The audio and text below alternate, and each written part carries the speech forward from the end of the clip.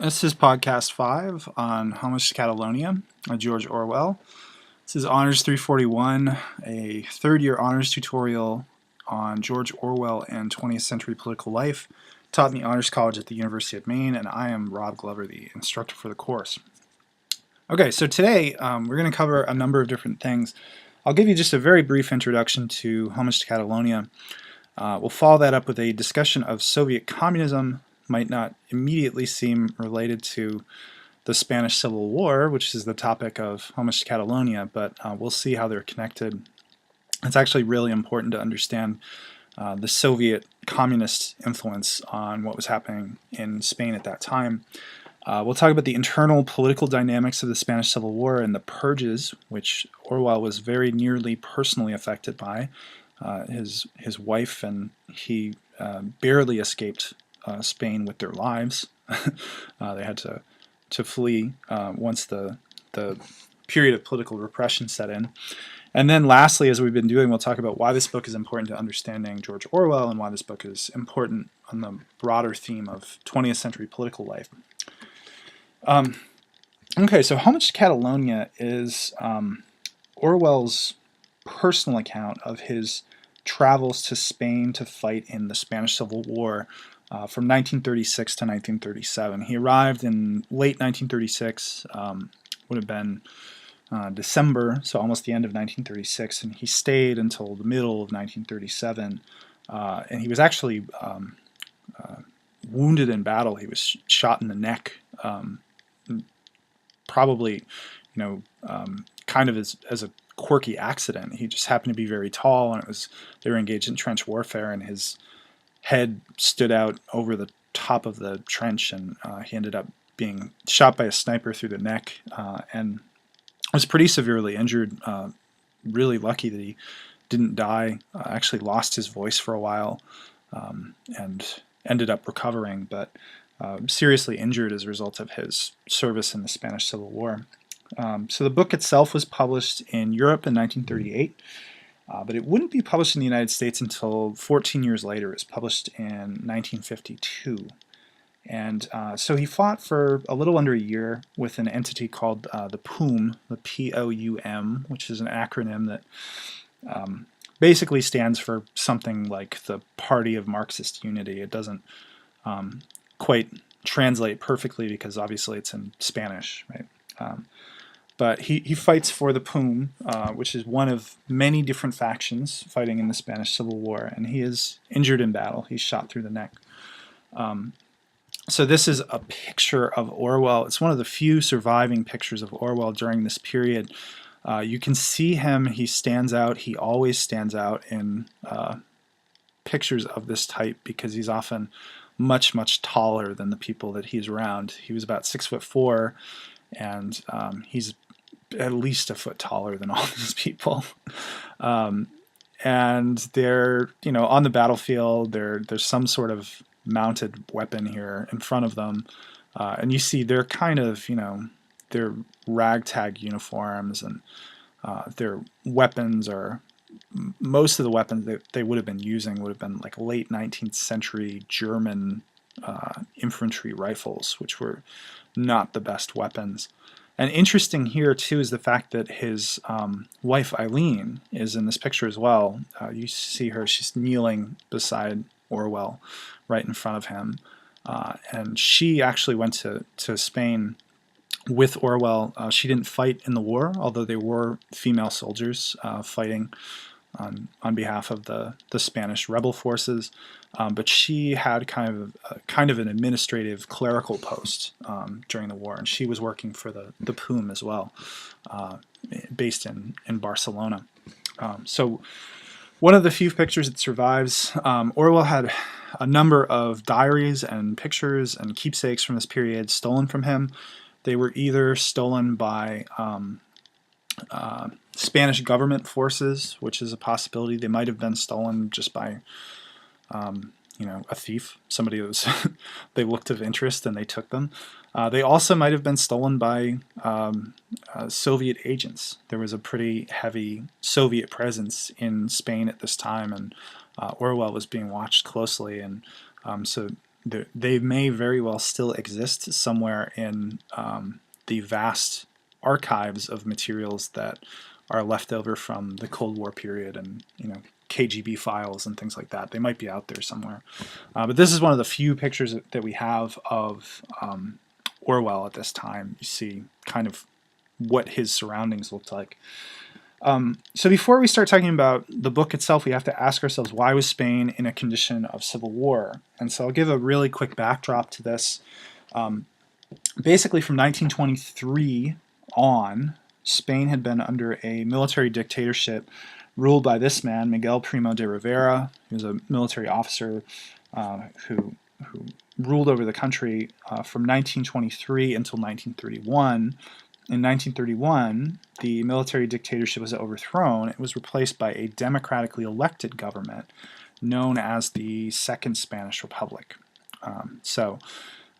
They overthrow the military, they overthrow the kind of dictatorial rule that had preceded it, and they have an elected government. They have a republican government, meaning that power is divided. It's not vested in a single actor or set of actors like the military. But the country was divided. And so here and elsewhere in Europe, we see democratic governments that are volatile, they're divided, they're inefficient, and the country, and really all of Europe, all of the world at this point, was struggling with the economic woes of the Great Depression. So there was a constant threat of overthrow of the democratic regime. And in Spain, specifically, there were powerful forces that wanted to see democracy done away with.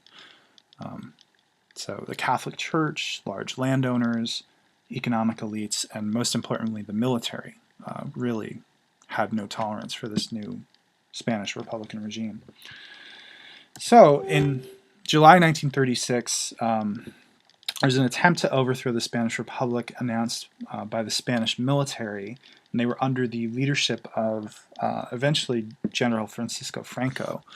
So this is known as a pronunciamiento, right? It basically translates to pronouncement. It is the military, usually, right, simply saying, we are in organized opposition to the democratically elected government. You see this happen quite a bit. It's happened in Spain, it happened in Portugal, it happened quite a bit in Latin America, where there would be these pronunciamientos.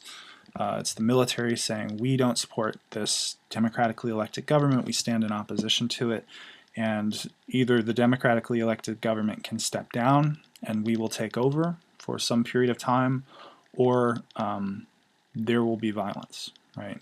The military will face off against kind of the civilian component of the government, the civilian elected government. And this wasn't simply, Franco and a band of friends. It was a highly coordinated effort. There were a number of generals that had stated their opposition to the democratic regime, and a number of Spanish military units were pledging their support for the military. So if this comes to some sort of outright conflict and there is armed struggle, we will side with the military. So this basically set in motion the Civil War, which was a prolonged conflict between the nationalists, who would be the military, right? They wanted to see the end of the Second Republic in Spain, and a group known as the Republicans, who wanted to see some sort of retention of that democratic regime, that Second Republic. This is also happening in the larger context of fascism in Europe. So fascism today has simply kind of become a loose term of abuse, right? If you say someone is a fascist, then you say they're not open to the input of others, and they're controlling things, and they want complete control and can't tolerate any form of dissent. But fascism as a system of government actually has a pretty precise definition. So fascism, at this time, it would mean a non-democratic government. So the people weren't going to be actively involved in decision-making. You would have an extremely powerful state that would usually be aligned with business interests. So very, very strong government is going to align itself with corporations and private business, major economic actors.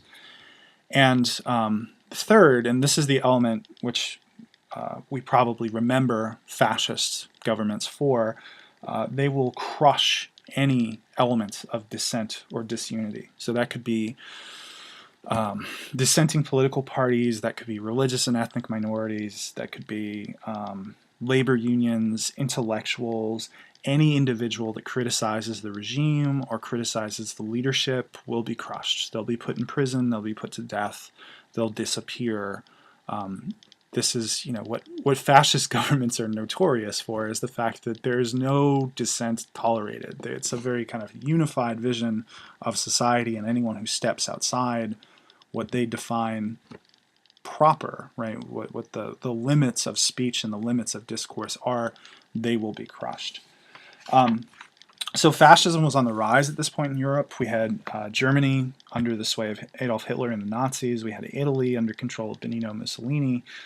And by this point, it was clear that both of these figures had expansionist aims. So they were going to extend their reach and control territory beyond their borders.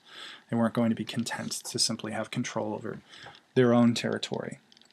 To Orwell, the nationalists in Spain under Francisco Franco were yet another instance of this. So when he says fascists, when he says, I went to Spain to kill fascists, he is referring to the nationalist forces of Francisco Franco. In reality, Franco's regime was pretty different than Hitler or Mussolini. So both Hitler and Mussolini had these kind of bizarre visions of the future. They wanted to create these militaristic, ethnically pure, economically strong, unified countries. And so they had this notion of looking forward to the societies that they were going to create after they had purged all the people that disagreed with them, all of the threatening elements, foreign adversaries, things like that. So they were looking forward to the future. Franco was different. Franco was looking backwards. He really wanted to restore the unequal system of power and wealth that had been in place prior to the establishment of the Second Republic. And he viewed the Second Republic as destabilizing. He viewed it as a kind of a break from Spanish tradition. So he was looking backwards to the past as opposed to looking forward to the future. And just in terms of the scale of violence, Franco was awful, certainly, right? I mean, he killed a lot of people. He was brutal in certain respects. But we really don't see anything close to the utter horror that exists in Germany at this time. In terms of sheer numbers of people killed under his rule, it's not comparable. He killed a lot of people, particularly while he was consolidating control, but we don't see anything similar to the Holocaust or concentration camps under Franco.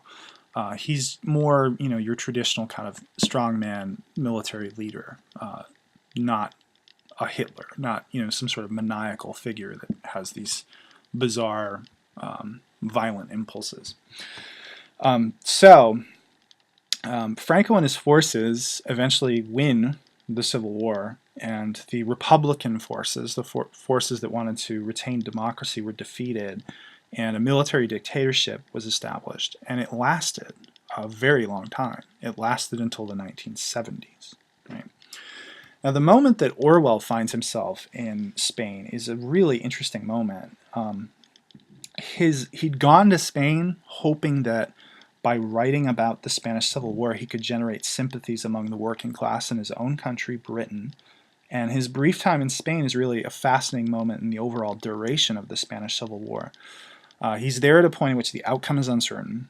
So the war is kind of at a stalemate at this point. And there's really unusual things happening in terms of the political views within society.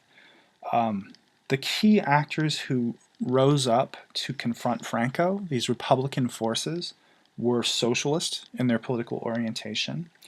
And so they opposed the capitalist system, and they began to dismantle banks. They began to dismantle some of the large landholdings of elites within society. We start to see greater worker control at industrial operations. And they really want to use this moment to institute a classless society. And so society, at least in some places, begins to see this gradual assault on the rigid distinctions associated with class. If you read the first few pages of Homage to Catalonia, he's talking about his arrival in Spain and how he's struck by the fact that those traditional markers of class that he sees in his own society seem to have evaporated. People who are in the service sector, waiters and shopkeepers that would normally be deferent to customers who, are their superior in terms of class, are no longer servile. They're treating each other as equals. Everyone is calling each other comrade instead of Mr.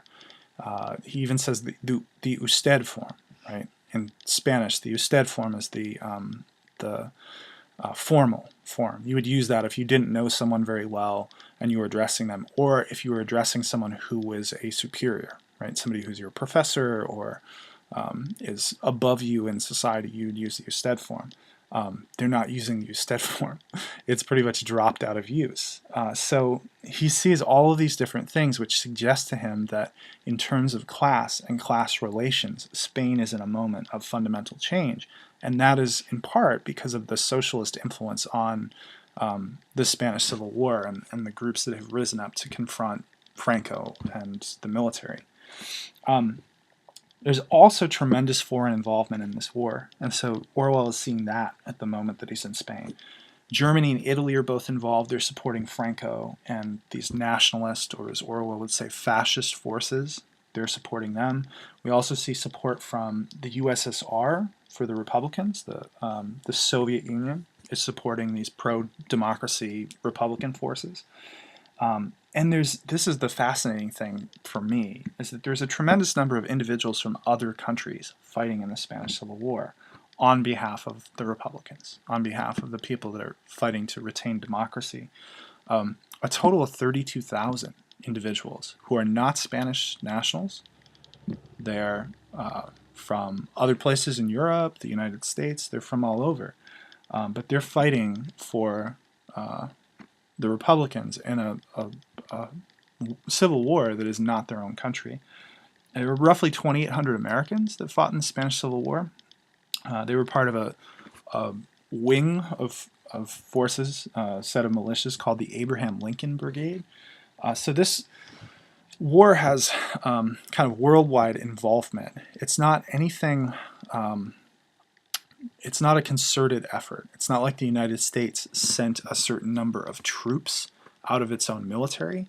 The United States and the UK actually remained neutral during the Spanish Civil War. They didn't actively intervene, but 2,800 individual Americans thought that this was a worthy enough cause to go to Spain and to risk their lives to fight for the Spanish Republican cause, to ensure that the military wouldn't take over and institute a dictatorship, which is really remarkable. And Orwell is obviously an example of one of those foreign individuals that goes to fight in the Spanish Civil War. So, the time at which Orwell, this is the last point that's really interesting about the time in which Orwell's there. The time in which Orwell is in Spain is also one in which the Republican forces that are fighting Franco begin to kind of devour each other. So what Orwell realizes, he doesn't know this before he goes in, he realizes this once he's there, is there's not a single Republican cause. What you have is an array of different groups. They're fighting under a very loose umbrella, and they have their own internal conflicts, their own internal divisions, and eventually this will lead to internal purges, violence. Those groups just begin to kind of consume each other. So we'll talk about those in just a second, but in order to understand why they emerged, we have to first talk about the Soviet Union, its emergence, what it had become by the time this war, the Spanish Civil War, was taking place in the mid to late 1930s. So, it may sound strange, but in order to really understand the internal dynamics of the Spanish Civil War in the 1930s, you have to understand the emergence and the evolution of the USSR, the Soviet Union. And this is because they played an active role in the Spanish Civil War. And so the split and the eventual violence that happened between the forces fighting Franco, between those Republican forces, basically happened at the command of the Soviet Union. So, the USSR, so think of the time period now. This is 1936, 1937. The Russian Revolution, which had led to the creation of the Soviet Union, had only happened in 1917. It began, and then it kind of the Soviet Union was consolidated by 1922. So we're talking about a Soviet Union that's in its infancy, right? It's not, if we think of, the Soviet Union later with like Ronald Reagan or Nixon, that's a country that's been in place for a much longer time. But at this point, the Soviet Union was new, and it was kind of establishing itself and consolidating itself. So it begins with the Russian Revolution in 1917, but the Russian Revolution is really a series of revolutions. You have the overthrow of the monarchy. Tsar Nicholas II and his family are killed in 1918, and then there's an internal power struggle that lasts until the early 1920s. The eventual outcome is that the Bolsheviks, who are a radical socialist group, they're victorious over some more moderate groups. And the core leadership of the Bolsheviks is Vladimir Lenin, who you see here, Joseph Stalin, and then Leon Trotsky. And Leon Trotsky, it's amazing because later on he was eventually kind of written out of the history of the emergence of the Soviet Union, but played a really important role initially. So there's a brief period after the revolution is over, or the series of revolutions is over. There's this brief period of democratically elected Soviets. A Soviet was like, a parliament, basically, at the regional level.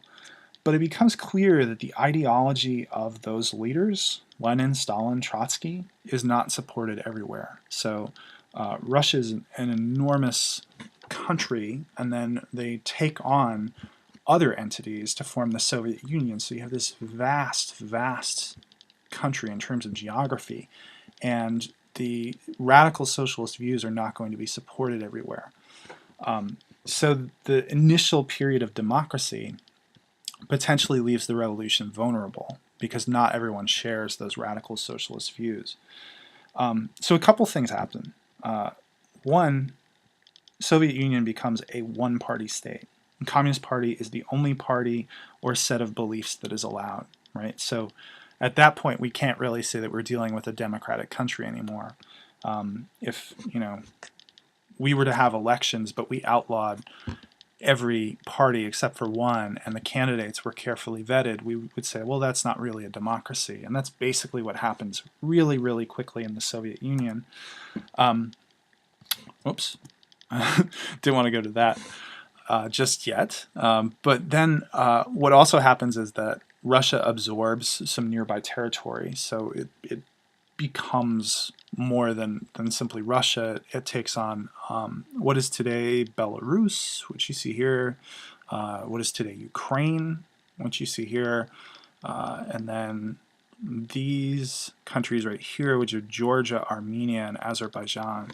Eventually all of this will become part of the Soviet Union, but the initial expansion is into Belarus, Ukraine, Georgia, Azerbaijan, and Armenia.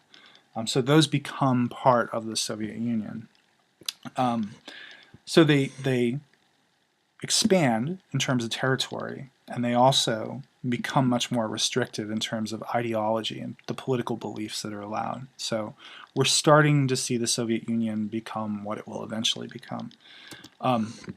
In 1924, Vladimir Lenin dies.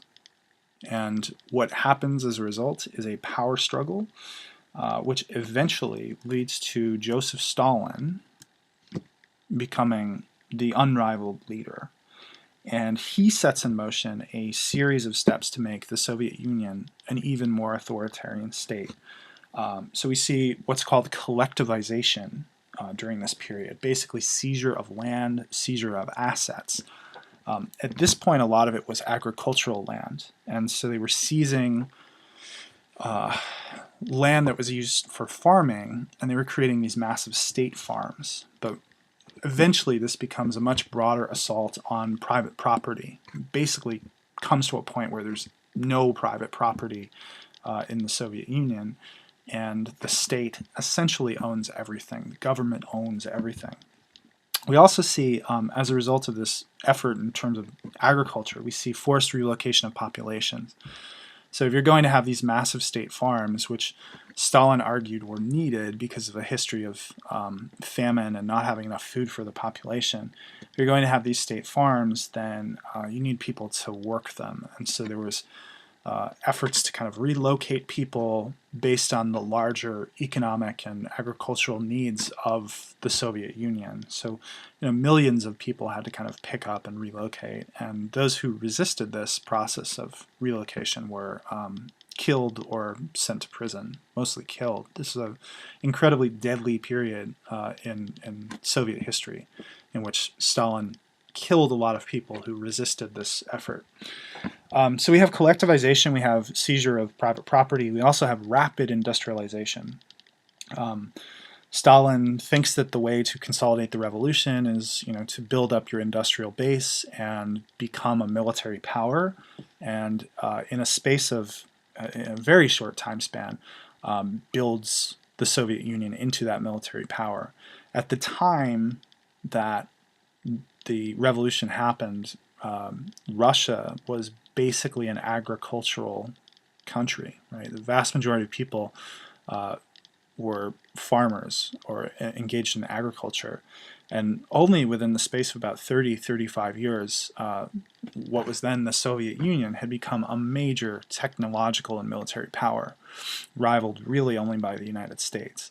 In order for that to happen so quickly in such a short time span, needed to have a top-down, very authoritarian process to push it forward, because it's difficult to achieve industrialization that quickly. So a process of rapid industrialization, and then a centrally planned economy. Meaning, basically, what is a centrally planned economy?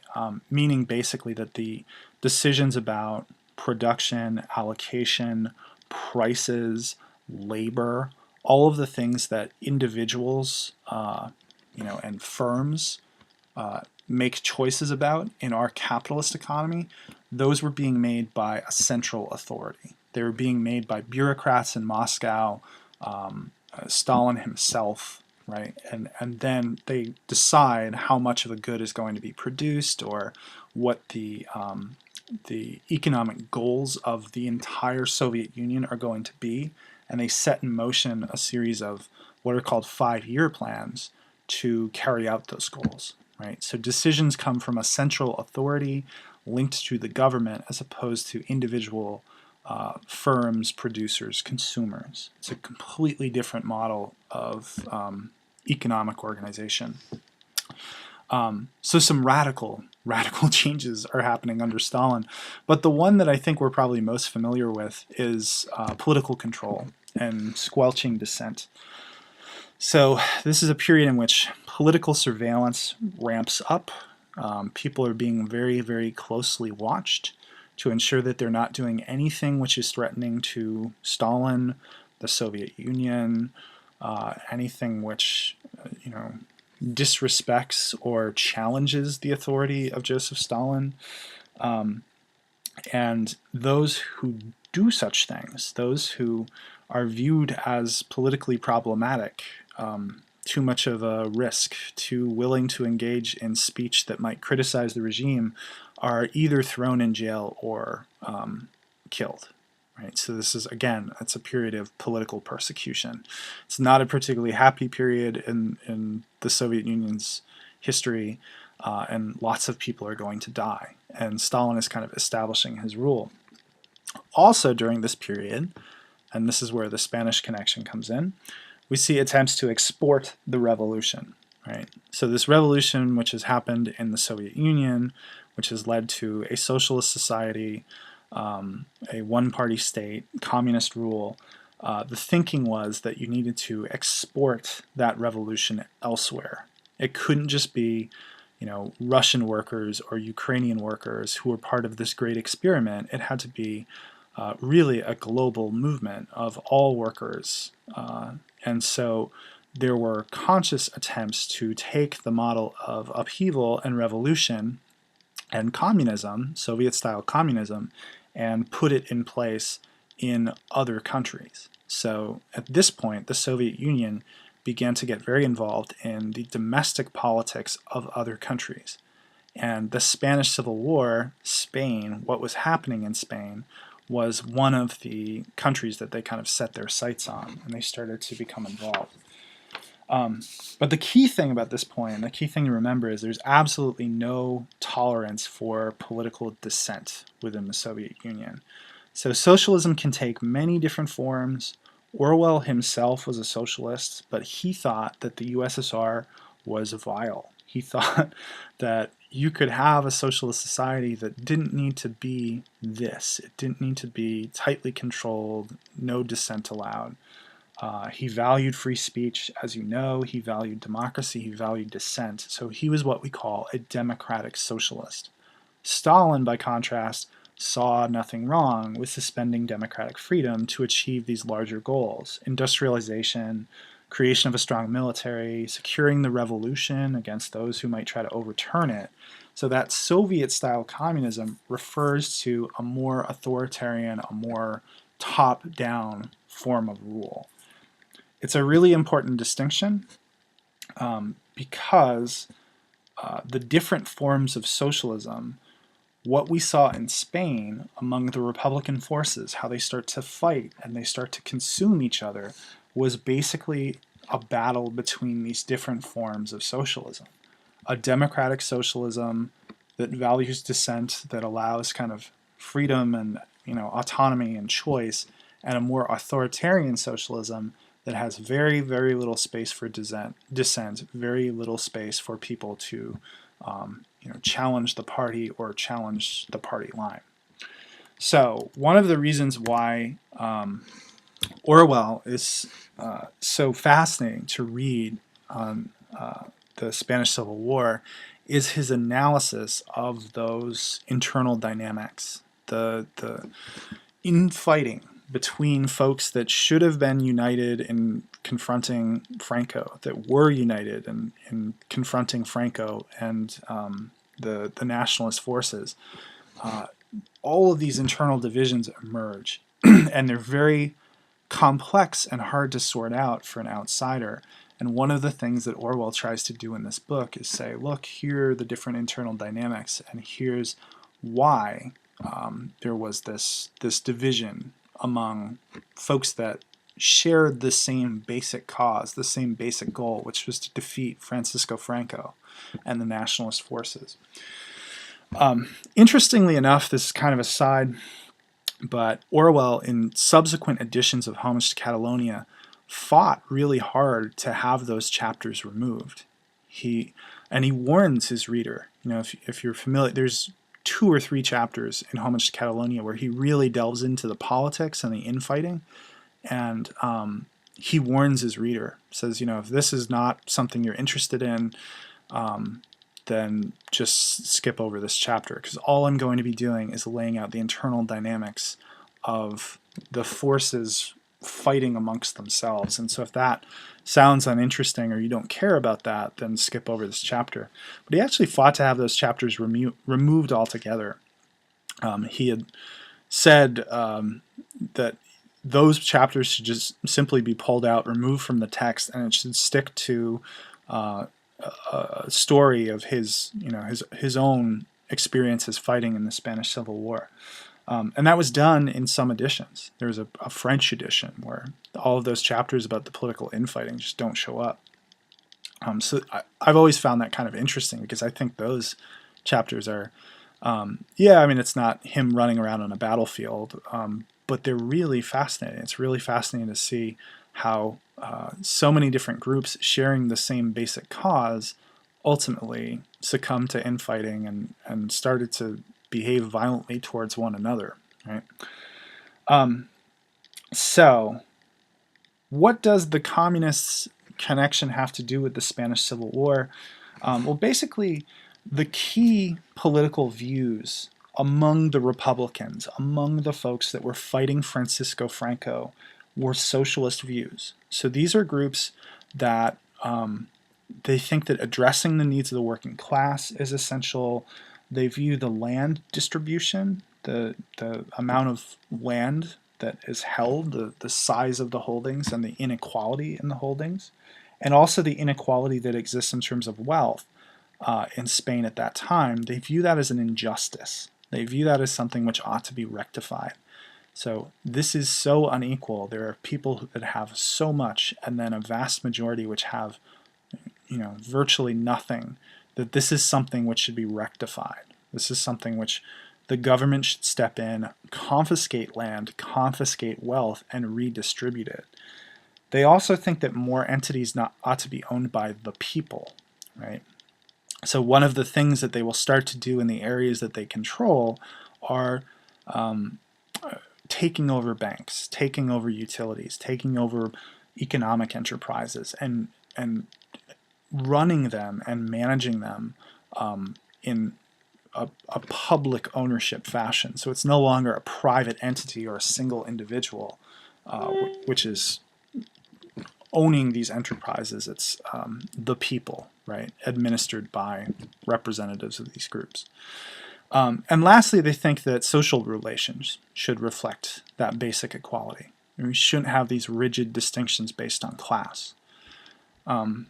So, as I mentioned at the outset, we start to see that. We see some of the ways in which those distinctions based on class are breaking down and things are becoming more level, more equal.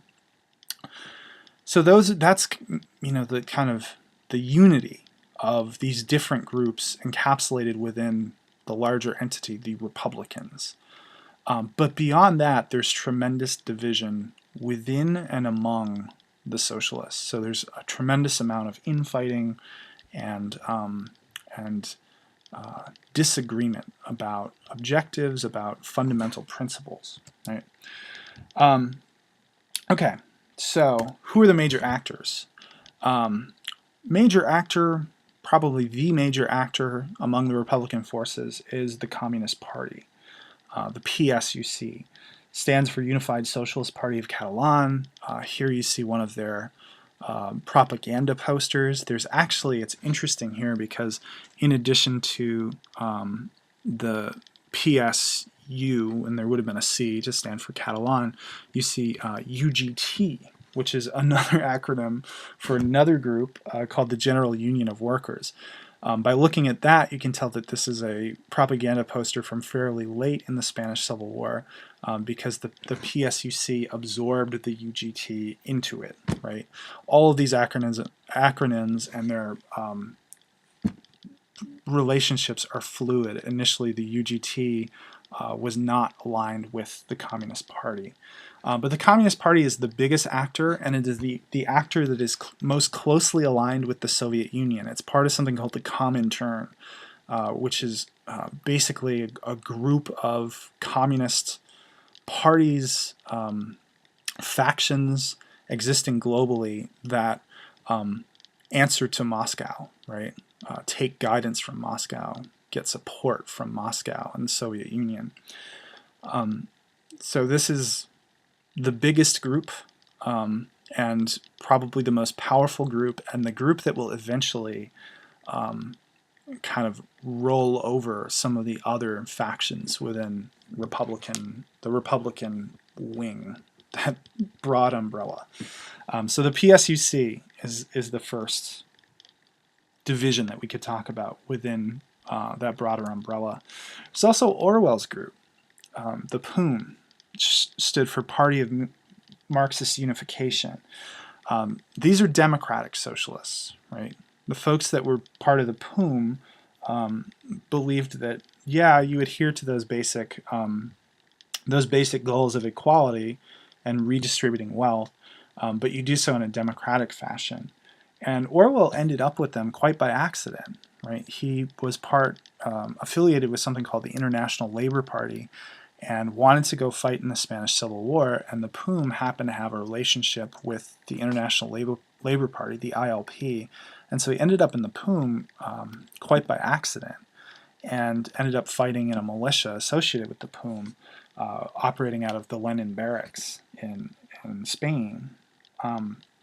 But they were democratic socialists. They were, did not necessarily support the Stalinist vision, and viewed both the war and the accompanying social revolution as something that should happen alongside one another, as opposed to in stages, which was what the Communist Party believed, is that we would first win the war and then undertake this process of social and economic reforms. So we have the PSUC, Communist Party, and then the POOM, of which Orwell was part. Then you have some anarchists. And the key group among the anarchists was the CNT, but there were others, the FAI, the AIT, right? The anarchists basically believed that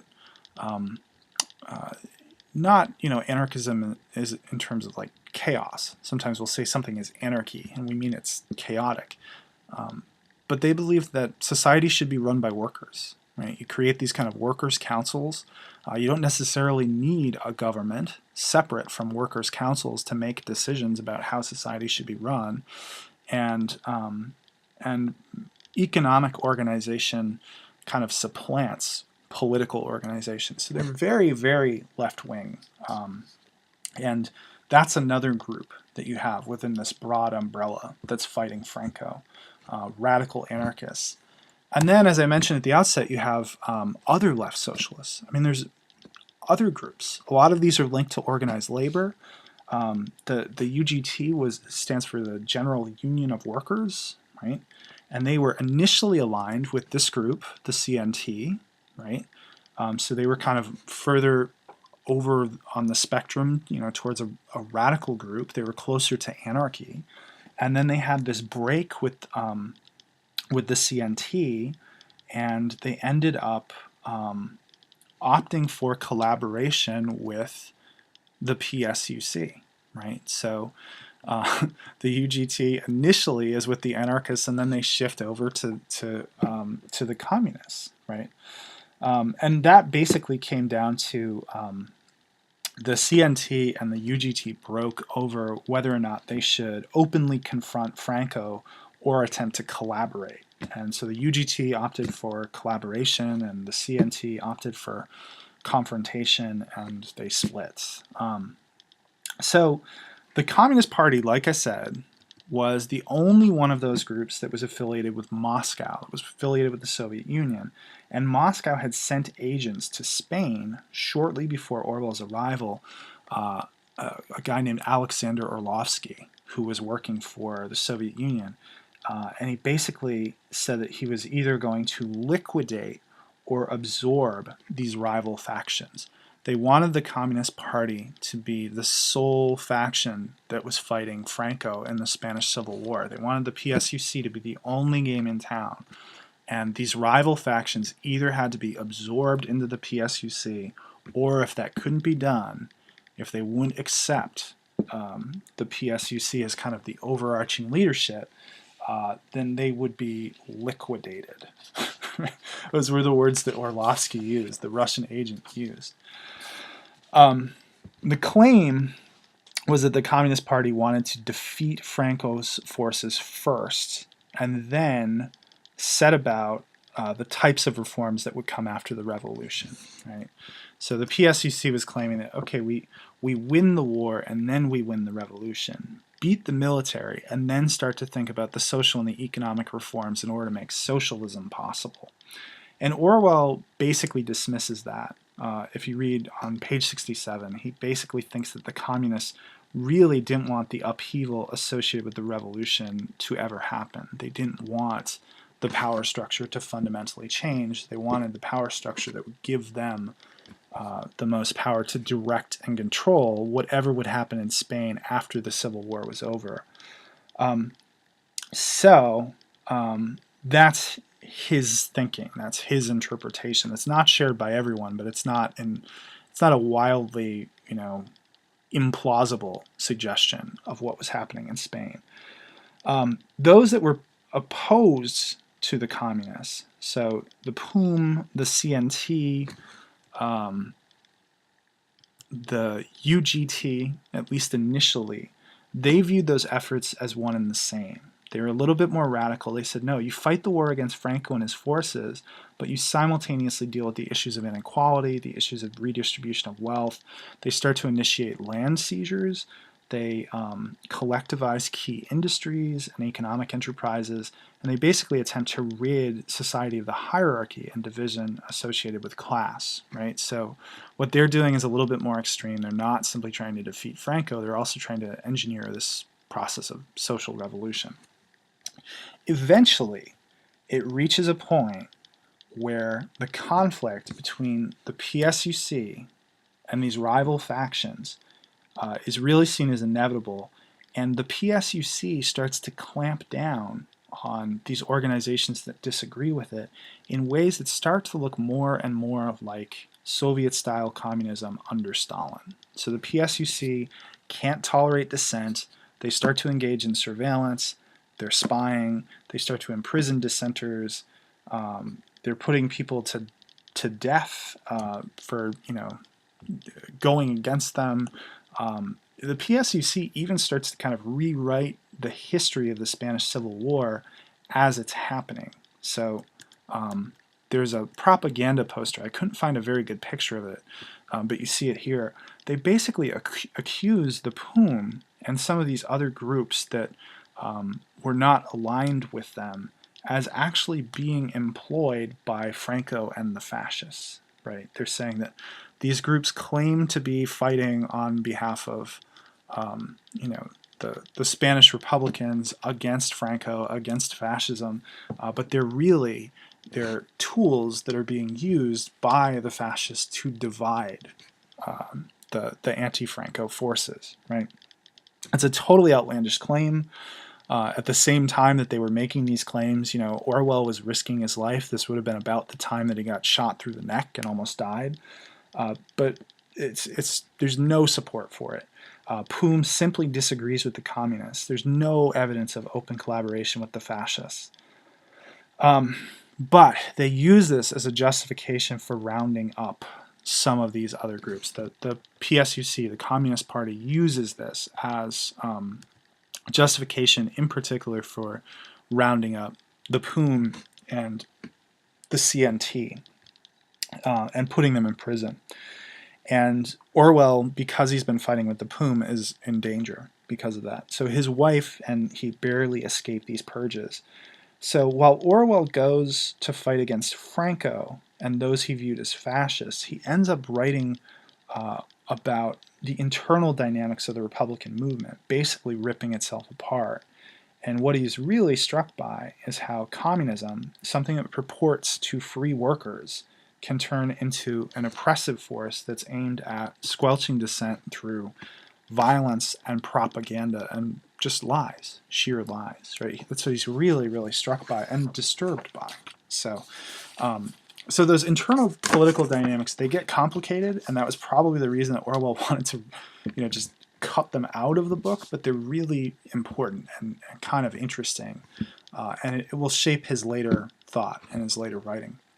So, to close, so this is what we just talked about. So eventually the communists aim to absorb or liquidate those factions, and this is their favored strategy, is postponing that social or economic revolution. So to close, why is this book important in understanding Orwell? A couple of different reasons. I mean, first we could say that Orwell believed enough in the cause of defeating fascism to risk his life for it, right? He was willing to go fight in a war and nearly died because he thought that he was, fighting fascism. So just the fact that he held that view strongly enough to risk his life makes it worth reading, right? If we're concerned about Orwell and knowing more about Orwell. It would also solidify his views as a democratic socialist. He had a sense now that socialism could either be something which would liberate the working class, or it would lock them into basically an undemocratic hell that would make their lives even worse. And so he wanted to articulate and support a form of socialism that would do the former and not the latter. And he didn't believe, and he would never believe, that you needed to suspend democratic ideals to achieve economic or social justice. That just wasn't Orwell's belief. But he encountered a lot of people during this time that seemed to be doing just that. Also, this experience has Orwell, by the end of the war, by the end of this communist campaign to discredit the POUM and the CNT and these other forces, it has him seriously grappling with the question of whether or not truth can survive in these sorts of settings. Orwell is looking at the world around him, and he's basically wondering whether that idea of an objective, knowable truth is disappearing, and that scares him more than war, more than violence. There's an essay that Orwell wrote shortly after this called Looking Back on the Spanish Civil War, and he talks about this. I'll just read from it briefly, read from the passage in which he talks about his concern for truth. He says, "I know it is a fashion to say that most of the recorded history is lies anyway. I'm willing to believe that history is, for the most part, inaccurate and biased, and what is peculiar to our own age is the abandonment of the idea. But what is peculiar to our own age is the abandonment of the idea that history could be truthfully written. In the past, people deliberately lied, or they unconsciously colored what they wrote, or they struggled after the truth, well knowing that they must make many mistakes. But in each case, they believed that the facts existed and were more or less discoverable. And in practice, there's always been a considerable body of fact which would have been agreed to by almost everyone. If you look up history of the last war, for instance, in the Encyclopedia Britannica, you'll find that a respectable amount of material is drawn from German sources. A British and a German historian would disagree deeply on many things, even on fundamentals, but there would still be a body, as it were, of neutral fact on which neither could seriously challenge the other. It is just this common basis of agreement, with its implication that human beings are all one species of animal, that totalitarianism destroys. Nazi theory, indeed specifically, denies that such a thing as the truth exists. There is, for instance, no such thing as science. There's only German science, Jewish science, etc. The implied objective of this line of thought is a nightmare world in which the leader, or some ruling clique, controls not only the future but the past. If the leader says of such and such an event, it never happened, well, it never happened. If he says that 2 and 2 are 5, well, 2 and 2 are 5. This prospect frightens me much more than bombs, and after our experiences of the last few years, it is not a frivolous statement." So what he's saying is he's seeing things at this point, with the rise of Stalin and then what happened in the Spanish Civil War, that suggest that the very possibility of truth is at risk, that everything becomes subject to political manipulation and calculated attempts to kind of convince the masses of believing whatever suits those in power, right? So there's an attempt to say that the POUM was working on the side of the fascists.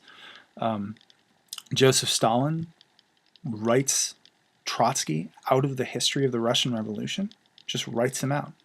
It's like he never even existed. There's a story about Joseph Stalin that he would always have, when he had pictures of leadership taken, he would always ensure that no one was touching, their bodies weren't overlapping, so that when he needed to cut someone out of a picture later on, he could do it cleanly and there wouldn't be evidence that the photo had been tampered with. This is the world that we're kind of sliding into at this point. And Orwell is deeply, deeply concerned about it.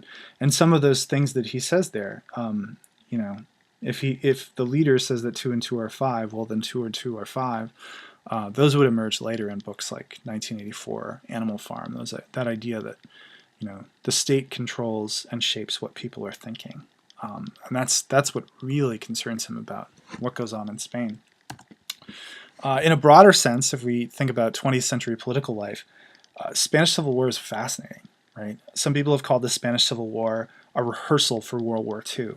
It's basically happening, you know, a few years before World War II begins, and you had pretty much the same dynamics that would play out in World War II playing out on a smaller scale. You had Italy and Germany supporting Spain.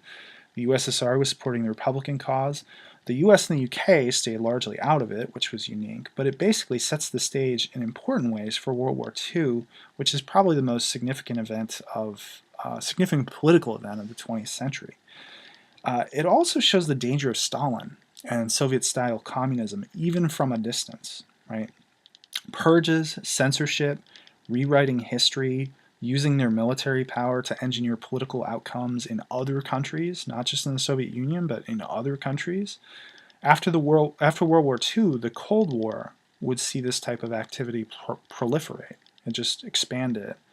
And so the US would engage in counteractivity that really did pretty much the same thing.